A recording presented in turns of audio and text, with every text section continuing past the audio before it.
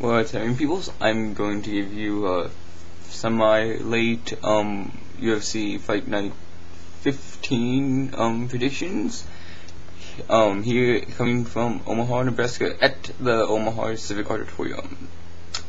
First up, we have Wilson Gobert massively ripping something off of Ryan Jensen, whether it be his arm, leg, or maybe even head. Good times. Next up, we have Brad Morris beating up somebody. And then we have Alessio Legionnaires, Sakara getting his ass handed to him by a massive underdog because Sakara is disturbingly inconsistent and just doesn't like getting his chin hit, even though he is a boxer. Next up we have Rob Kimmons and Dan Miller. I have no idea how this is going to go up because they're both fairly decent fighters. However, I am picking Dan Miller by decision because from what I have heard, I've heard Dan Miller is the better wrestler. So I'm picking him by decision. Drew is going to beat up Mike Vicenzio, especially since he has his new nickname, the Massacre. Next up we have Ed Shortfuse Herman versus Allentown Belcher. Both of these guys are very inconsistent. I am picking Short Fuse by a third round TKO, and do not place money on that because both these fighters are pretty inconsistent at best.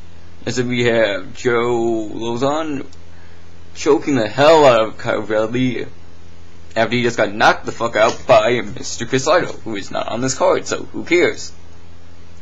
Next up we have Houston Alexander versus Ravishing Red Eric Schaefer. Houston Alexander is in his own hometown, so I think the people are giving Ravishing Red a little too extra credit because that one little factor I think is going to motivate Houston to just beat the fuck out of Ravishing Rick Schaefer. And then Eric is just gonna go look like this and hit the dirt like Zoiks.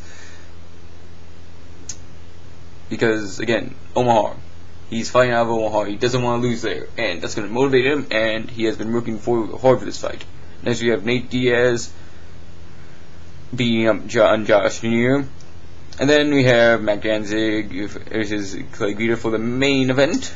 I am picking Clay Guida not only because he is from Illinois, but I've also met him, and he's a pretty nice guy. Mac Danzig isn't that nice of a guy, and I've never met him, but from The Ultimate Fighter, he's kind of a dick. Anyway. I think that, well, Clay is prone to submissions and Mac is a decent submission dude. I think that Clay will learn from his Roger Huerta fight that hanging his neck out for his submission is a bad thing. I think he has learned that. So I think he's going to be, Basically, I think he'll be winning a decision, and it's going to be pretty similar like the Huerta fight, but probably not as exciting because Mac Danzig is not Roger Huerta when it comes to excitement. So Clay Guida, he's from Illinois, he will win because he learns from his mistakes.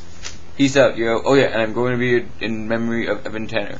Rest in peace, buddy. I did pick for you to win on your last fight, so you're a winner in my eyes.